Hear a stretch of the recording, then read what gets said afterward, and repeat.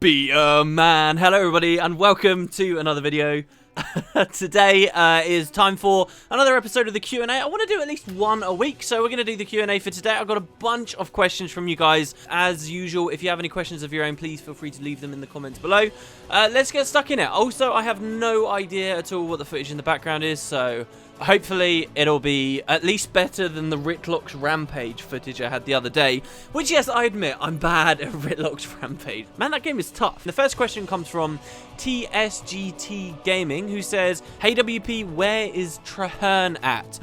What is this? A question about Traherne? This is blasphemy. Why does anybody want to care or know anything about Traherne? You know, it's weird to me. It's gone far enough now that sort of the let's all hate Traherne hype train has completely died away for me, and I'm genuinely interested in this character now. Like, it's been so long in the living world, and obviously ArenaNet are avoiding him like the plague for now, but there's gonna be a moment, there has to be a moment where they bring him back, and I wonder how they choose when that is. Like, does season 1 of the living world end, they move Scarlet out of the picture and everyone's like, yay, no more Scarlet, and then they use that exact moment to bring Traherne back?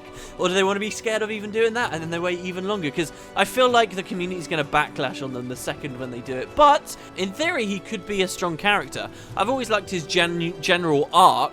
It's just through his implementation in the game, he becomes quite a dislikable fellow, you know, repeating the same lines over and over again. A lot of people got annoyed by his accent, and of course, you know, these ideas that he steals all of your glory, which actually personally never got to me. You know, I don't need the glory. I find stories a bit more realistic and fun if I'm not the single hero to save the day, especially within the context of an MMO.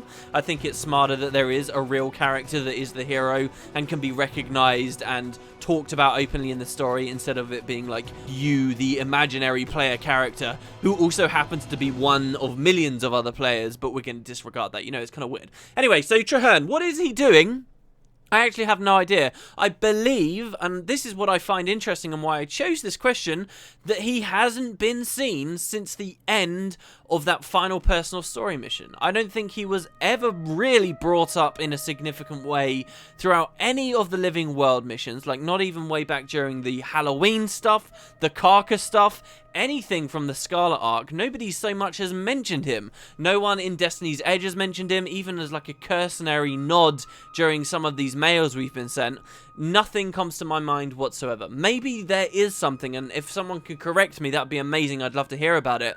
But he's basically dead in the water and gone, and for such a significant character in the story, I find it really weird that we as a community are happy about this. Isn't it a greater crime that they set up this incredibly powerful marshal of the strongest force that Tyria has known for an eon? You know, the Pact, the unification of all races and orders together. The guy at the very head of them, Traherne, the essential slayer of Zaitan in many people's eyes, and of course this is why people don't like him, but he's this huge prominent character, right? And now we've heard nothing of him. I find it really weird that we as a community are still happy about that just because we personally had a dislike for his character.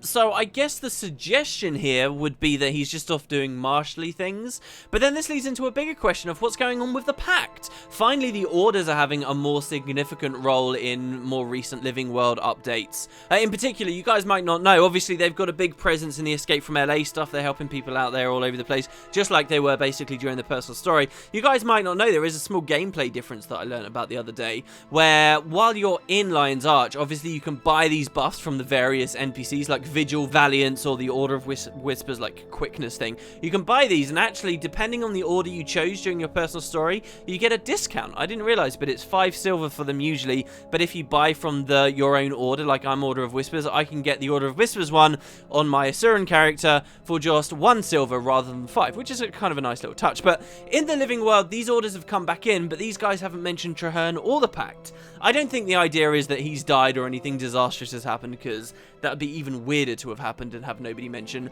I guess he's just meant to be in the background. For a little bit more flavour, I will read to you guys the last conversation we really heard, the last words of Traherne. This is all dialogue I've just pulled specifically from that very last mission, namely the moment where you're all celebrating. You can can speak to many of the different characters. You see that magician from the start of the human personal story stuff appear there. And you can go and have a private word with Traherne. You, the character, says, hey, hiding from the crowds, Traherne. That won't do. The world needs to see the Pact Marshal celebrating, and he doesn't want to celebrate. He says, I'm not hiding, my friend, I'm thinking.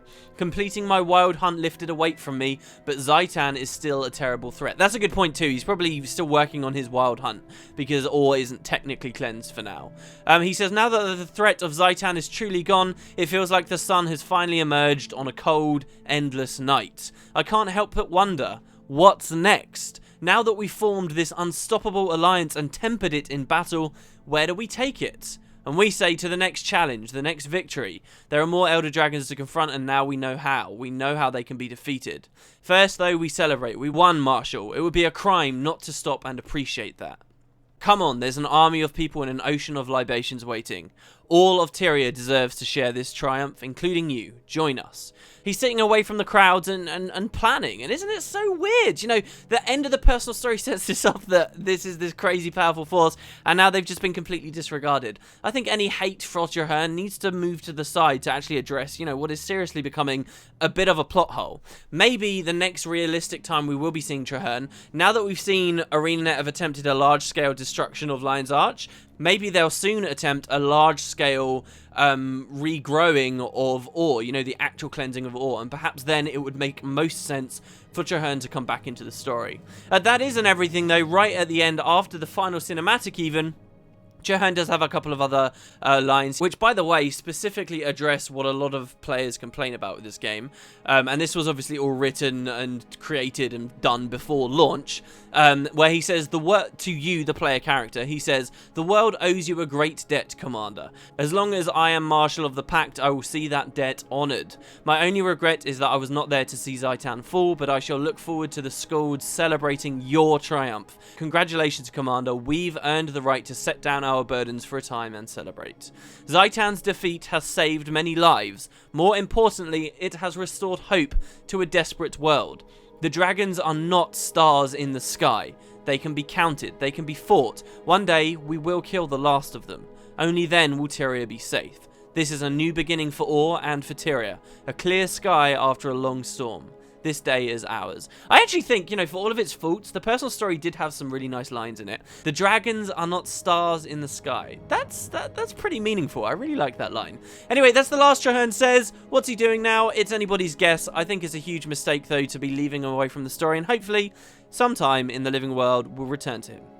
The next question comes from Visturk, who says, do you think that Guild Wars 2 would ever put out a standalone or series of living story updates that were focused on underwater material? I personally love underwater combat and think it would be awesome to have underwater content that people could spend 3+ hours playing without ever surfacing on. I think that's a fantastic idea too. Some of the early days of Guild Wars 2 for me were filled with optimism for its underwater combat system. It was actually one of the marketable things about the game. The fact that the devs had this kind of unique system where skills were bound specifically to weapons actually meant a lot for underwater combat. Before they really announced, you know, the spears and tridents and spear guns, many of us had already correctly speculated on the way that underwater combat would work, just based on the premise of your skills change depending on what's in your hand, and we were like, oh, you're swimming with your bare hands, maybe your skills change, stuff like this. It was actually an exciting idea, and in premise it works very well. The fact that things can be specifically balanced and tailored for underwater content versus above ground content means in theory Guild Wars 2 could offer really, really strong underwater gameplay.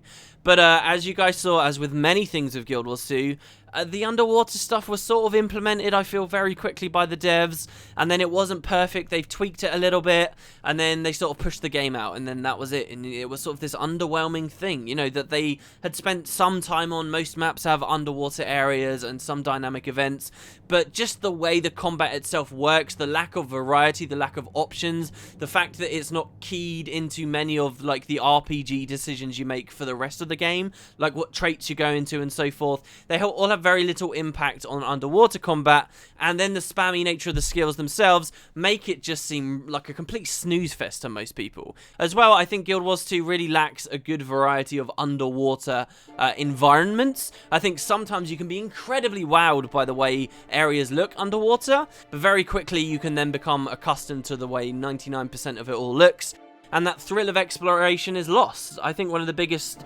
reasons for that as well is that there are no pockets of air you can find underwater, you know, underground lost caves and things where you can actually surface, being able to walk around in sunken ships. These are all things that Arena never really put into the game engine, and it all takes away from that underwater experience. All of that said, I think it's a huge thing for them to tackle now, and I don't think you'll find many players in the community advocating them tackling that. So I think if I was them, at any rate, I would probably just leave underwater content as it is, maybe put a tiny little bit of it in here and there sparingly, as we've seen them do with the Living World stuff. You know, majority of the content is above ground, but every now and then you'll have something where there's water nearby, like with the Tower of Nightmares, for example. And it will just sort of be this small thing that's there in the game, but will remain untouched for a long time. I think when they finally do touch it, it's probably because they want to do a story that's pushing them in the direction of the Lagos or the Deep Sea Dragon, and obviously that calls for a serious look at their underwater content. But frankly, guys, what are we talking here? Years away? I wouldn't be surprised. So yeah, I think it's an exciting idea, but I'm sort of with the community on this one. I think, you know, we can get better stuff in the meantime. They lost their opportunity. I do think, for the record, Guild Wars 2's underwater combat, even though it is pretty crappy, it's still way ahead of most other MMOs. That just doesn't necessarily mean it's the most fun thing about the game. The next question is from Akasaurus Rex, who says, is it true that you always wear a top hat, tuxedo, monocle, cane, and white gloves? No, I find that this is like racist to me. This is one of those things, like, all Americans think that just because someone's got a British accent, they must be like this. I have never in my life worn, I've worn a tux. I've never worn a top hat. I've never worn a monocle. I've never even seen a monocle in real life. Like, you might expect me living in England, there might have been like some old, fat, you know, tubby guy that walks around with a monocle. I have never in my life seen someone with a monocle. I've never seen someone with a cane either, and I don't think... I have worn white gloves when I was wearing like a Halloween navy costume. I've worn white gloves, so that's the answer to that question. I'm so sorry it's not true. Maybe one day I'll do it if I ever get into cosplay or something like that. I'll be like the Peanut Man, which I think is an American thing, but I recognize what it is. The next question from Dari Shan, who says, as someone who transferred away from their region, and as you did too, what's my opinion on people doing this? This is the idea, I'm assuming from the question, of me transferring servers. So I have always been an Emery Bay player. That's a North American server. I've explained this before. I went there because my Guild Wars 1 guild, where this kind of thing didn't matter, also went there. And I knew from Guild Wars 1 that playing over on the American servers didn't really introduce very much lag at all. There's a tiny bit, but it's almost not worth mentioning, especially for any type of gameplay except maybe really high-end PvP stuff. I was totally fine with going over to an American server. We picked kind of a really random one, Emery Bay. It didn't mean anything in lore. I wasn't there when the decision was made, and I have always said that I'm not someone that gets very, like, patriotic about their server. I have no server loyalty, and I don't really understand the whole rally behind your server in World versus World and, you know, claim the accomplishments of that server as my own. Like, when I was talking about Worm when we finally killed it, or when we were trying to kill it, I had all these people from Desolation on EU saying, hey, I'm on Desolation and we managed to kill the Worm. And I can understand people being excited if they're there for the kill, but I also had a lot of people who were just sort of saying it because, hey, I'm a part of Deso, and, you know, that's interesting to me. I've never really subscribed to that. So I've always just considered myself someone that would move on a whim. Now, the guild that I originally joined Emery Bay with, like, has become a lot less active lately. I still play with them, but it's not like on a daily basis. I tend to be playing with other people more recently. And so the other day, I was getting world completion on my warrior, and of course I needed the World versus World stuff. I realized that during that specific World versus World matchup, if I transferred to Crystal Desert, I could get every single waypoint, vista, point of interest that I needed instantly and finish off my world completion. And I had the gems about, so I thought, you know what, I could be waiting months for Emery Bay to finally get all these different areas. I'll just do this now, get it out of the way with. So I transferred to Crystal Desert.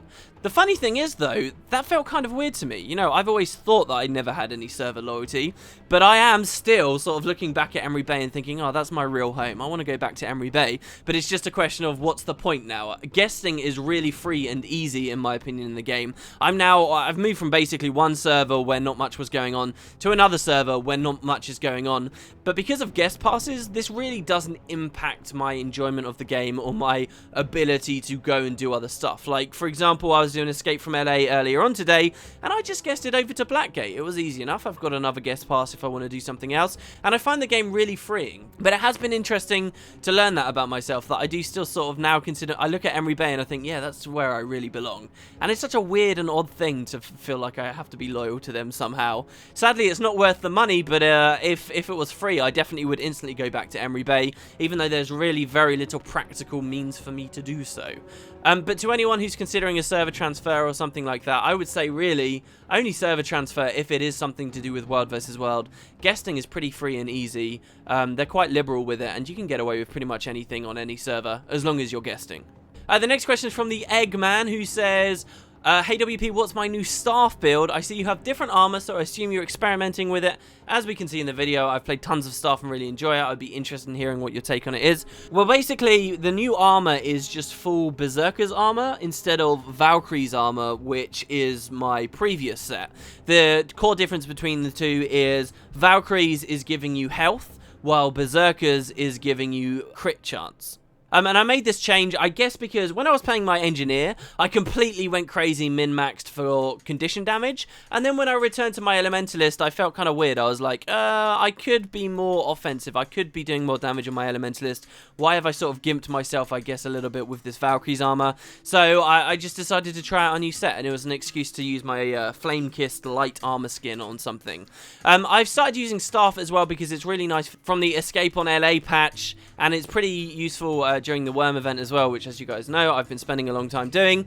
And yeah, I guess I just started min-maxing really quite hard now for damage on a staff Ellie, which is the weirdest thing that I ever thought I'd be doing. I'm actually looking at maybe even getting an ascended staff soon. I've hit for an 11,000 damage meteor shower hit so far during the Escape on LA stuff, but I think I could go much higher. I find it interesting that my staff, which is only of exotic quality, still gives me a higher attack stat than my legendary scepter and legendary dagger together, which both of course have ascended stats. But the truth is that staff is just more consistent damage, and for the first time it means playing the elementalist by sticking in an achievement. You know, 99% of everything most Ellies have ever been taught to believe is that they should be constantly swapping achievements. I mentioned this on the last Q&A. That's not true. Like, if you are a staff Ellie, camping in fire achievement is the way to do the most damage, and in some ways that's more boring and dull gameplay, but in other ways, actually, to me, as a seasoned Ellie who's always just been mindlessly rotating through them,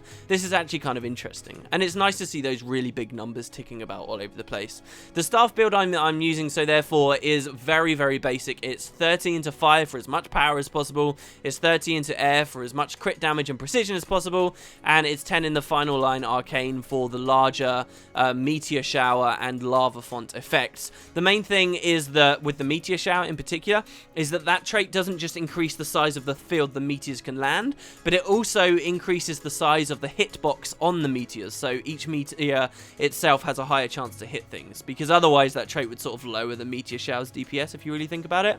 So that's what I'm doing. I could min-max even slightly more and take those 10 out of arcane and put them in water, but I do find that has a significant impact on the amount of things I'm actually hitting. So I've decided to do that, and yeah, the traits themselves are pretty just basic. You know, 10% more damage while you're in fire achievement skills cool down quicker. The Grandmaster in fire is an interesting choice. You can take longer fire fields, which make the lava fonts tick more, and in dungeons that's really nice because you're going to have lots of might anyway.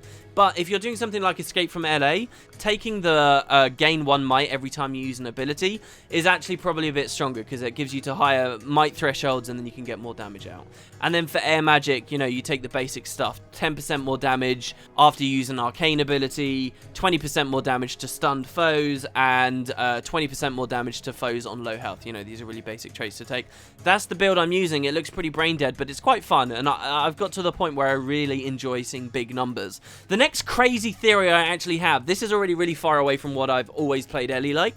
The next crazy thing that I've actually been kind of interested in, for these like large Zergy patches where you really don't have to min-max massively, do you know what the one thing I really find quite interesting with Guild Wars 2, and I am actually like surprised to see when someone has it in their build? When I get healed, like when a shout warrior walks up and like heals me, you really feel that difference. It's quite rare in Guild Wars 2 for someone to just heal you, and as an elementalist with really low base vitality, I do very rare occasions suddenly get picked up a bunch of health, right? Like I'll be on 2,000 health and they'll put me back up to 10k. That's really interesting to me, and it always makes me think, oh, well, damn.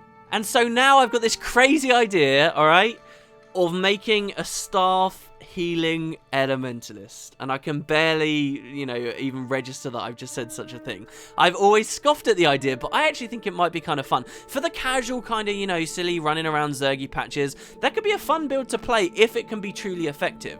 I'm kind of compelled by the idea of, you know, running rune sets that I've never paid attention to, running all those ascended trinkets with their interesting little names and flavor texts that give you healing power because like they're cleric stats, looking at those weirder like healing power stat heavy combinations that I've just never paid attention to. All the food in the game that's doing stuff to buff healing power, sigils of life, these are all like things within Guild Wars 2 I just ignore because it's always DPS race, and at least for stuff like Escape from LA, wouldn't it be kind of fun? I want to see what the, you know, the real potential of it is. I found a friend of mine showed me a environmental weapon just the other day that has a blast finish on it, and you know, that's a pretty interesting idea specifically as an elementalist, to stack up on a bunch of items that give you blast finishes, because elementalists have water fields in such high abundance. You could in theory, as a really heavy healing power stacked elementalist, take that concept quite far, drop healing fields and blast a ton of times, a ton more times than perhaps the devs would be expecting you to, and you know, really push that concept as far as I can. I'm quite knowledgeable about the game now, and I'd like to see a year and a half after launch what people can do with that. And I don't think it would ever be viable and competitive for dungeons, but it might be my next pet project. Obviously, going full ascended and all the way with something like this will take a long time on my character, but I might keep you guys up to date with how that goes. And if you've got any experiences playing a healing build on any class, do let me know. I won't scoff at you, I promise. I would like to hear how you found it. Is it underwhelming? Because I feel like that's the main problem with all healing specs in Guild Wars 2. You realise, oh, I'm not actually healing that much. But I would like to hear what you guys have to say on the topic if you do. Anyway, the Q&A's already been so long. I've got some other questions. I guess I'll save them for next time, or maybe do an extra episode that you guys might even see tomorrow. Thank you very much for watching. Hope you enjoyed for today, guys. And I guess I will see you tomorrow, maybe for another Q&A or whatever else is in the works. Thanks again, guys. Hope you have a wonderful evening, and I'll see you next time.